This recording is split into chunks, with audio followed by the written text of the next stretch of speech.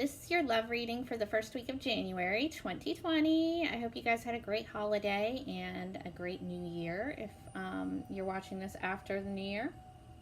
So, Leo, Sun, Moon, Rising, and Venus. Since this is a love reading, I do recommend checking your Moon and Venus signs as well, as they may resonate better for you than your Sun sign when it comes to a love reading. As always, this isn't going to resonate for every Leo out there. It's not possible. You're not all living the same lives. If it doesn't resonate, don't try to force it to. Just check out your other signs or check out one of the other awesome readers on here. Okay. If you have not yet subscribed, please do so and click the notification bell, as I do go live and offer one question personal readings. You're not going to know, though, if I'm doing that if you're not subscribed. So do that and take advantage. It's just one question, but it is free. So have at it. All right, guys, your overall energy. So for me as a reader, the overall is always the person I'm reading for. Whether that's you, Leo, or you cross-watcher, this will be the energy you're taking on this week in love. Everything else here is interchangeable. It can be for you or the person you're dealing with, all right? Okay, your overall energy, Leo. Sacred sexuality. Ooh, look at ya. All right. Sacred sexuality. Sexual energy is perhaps the strongest motivating force that we humans possess. It is, guys, I promise. Yet this energy is also one of the most misunderstood and misused energies. Sexual energy, when honored and combined with love, takes on a sacred form and becomes an extraordinary power. I'm telling you, if you don't already know this, then definitely research it, because it's actually something that I do as part of my work and super important, okay? Anyway, this form of sacred sexual energy is the greatest creative force on our planet. Great achievements in all areas of life are possible when we learn to control and direct our sexual energy towards a particular endeavor. For example, I use it in spell work. It works better than anything I've ever done in my life, FYI. All right. Sacred sexuality is a spiritual merging of two souls. This merger may be physical and spiritual, or it can be purely spiritual. Both are equally valid and powerful. Sacred sexuality is also communion with the divine. Reflected through one another, you come face to face with the God Goddess of all creation, God Goddess of all there is. It is through such a union that you soon experience the most profound sense of love and bliss. This experience will have a profound effect on your life. Honor it, for it is truly sacred. Thank the universe for this blessing. Wow, Leo, you guys are having some fun over there, huh? Good shit. All right. Now for your regular tarot overall, you have the Ten of Pentacles. So this is awesome as well for a relationship reading.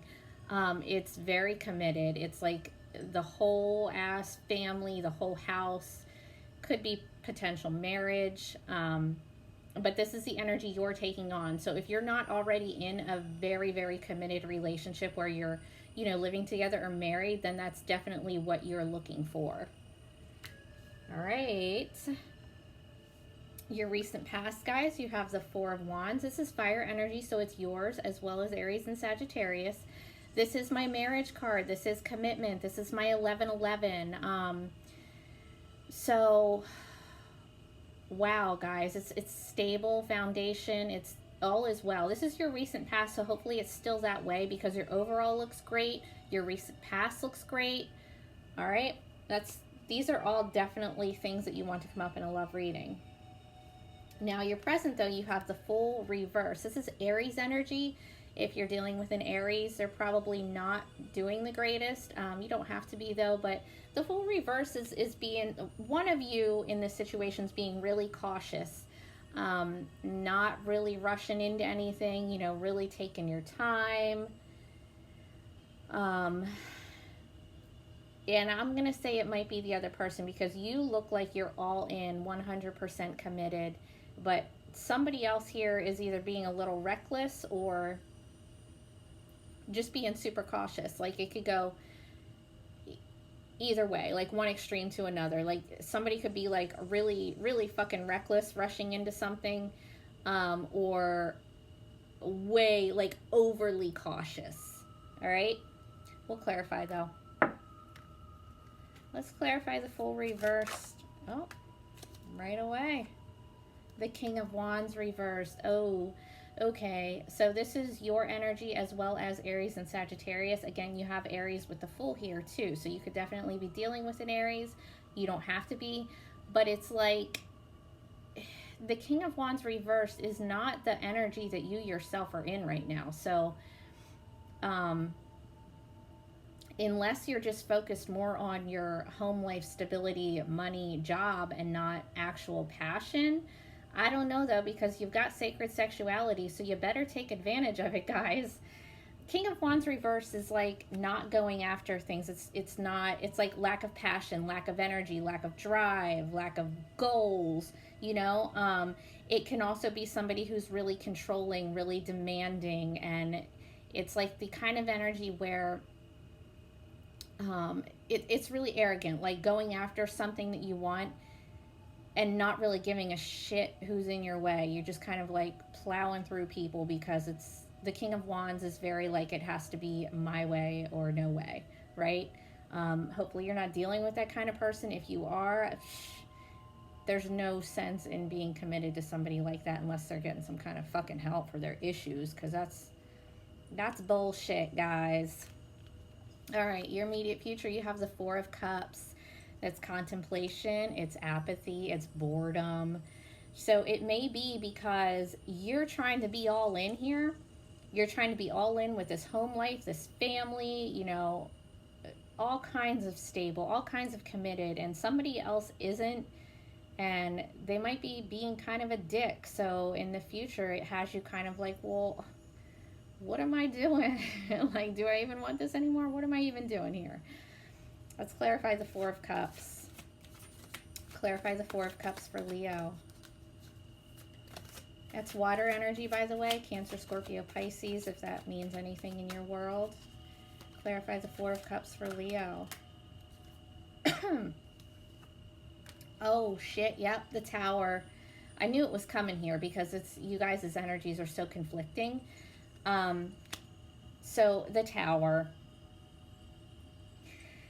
It is a crumbling of something that is built on an unstable foundation. So something happened here where the foundation was once stable, like it could have been an actual marriage or a living situation that was once doing really well, and you yourself are still in that mindset, but somebody else is not, and it causes everything to fall the fuck apart here.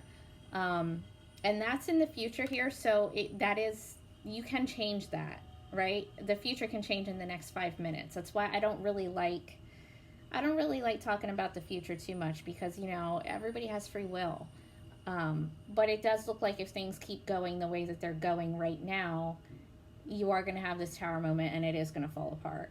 And with the Four of Cups here, it could be that, you know, something comes out where somebody has more than one option. Something to be mindful of. If not, then it's just because you're dealing with somebody who just lacks a lot of passion, or they're extremely controlling and demanding. All right. Your potential obstacle, you have the Eight of Pentacles reversed. So somebody could be a workaholic. Somebody could be working too hard and not paying enough attention to the relationship. Otherwise, it's like repeated patterns. It's like doing the same thing over and over and expecting a different result. All right, like if somebody in this situation has like a behavior pattern and it's just something that they just keep doing, obviously it's going to cause the same results, right? All right, clarify the Eight of Pentacles reversed as an obstacle for Leo. Ace of Swords reversed. Lack of clarity, lack of communication. Somebody is not cutting out something that should be cut out. There's shit's not clear. Communication might suck, and it might just be because somebody's at work all the time, or it could be because somebody is just stuck in this behavior pattern where they just don't know how to communicate effectively. They don't know how to be honest, you know? All right, so your advice, you have the Ten of Wands reverse. You're going to have to drop some shit here. It's too heavy. Whatever it is in your life that's too heavy, if it's work or if it's an actual relationship, something needs dropped here because it's too overwhelming, it's heavy. is draining the fuck out of you, whatever it is. Just pay attention to it. Pay attention to whatever it is in your life that's exhausting and get rid of it. All right. What else we got here? Oh, yeah. The Devil reversed. How did I know that was going to fucking come out here? Capricorn energy, it doesn't have to mean anything, and I don't really think that the signs are relevant in the advice position, but if you do, cool, whatever. There's something toxic here that needs dropped. Okay? You have the Ten of Wands reverse with the Devil reverse. So it's whatever it is that's toxic, that is draining you, and the Devil reverse, it can be anything. Toxic behavior patterns, mental illnesses, addictions. It could even be like fear-based mentality. It's whatever it is that is detrimental, that's toxic in your relationship, in your world. You have to let it go. You have to. This isn't going to work otherwise. Okay? And if it's an actual person that's toxic for you, then you're going to have to let them go. Because why wouldn't you? And if you have someone like that in your life and you're having trouble letting go of them, then I would look into the reasons why that's hard for you to do, because it's always a self-worth issue, right? If we stay in a relationship that's that fucking toxic, just because we want to be in a commitment, just because we want this happy home life, whatever, it's not real. It's for show. So you need to look at yourself and figure out why it is that you would want to keep that around just to say you have a commitment. You know what I mean? It's not worth it. It's really not. You can have it all. You can have a commitment and have a healthy relationship. It doesn't have to be one or the other. You know what I mean? All right. Take care, Leo.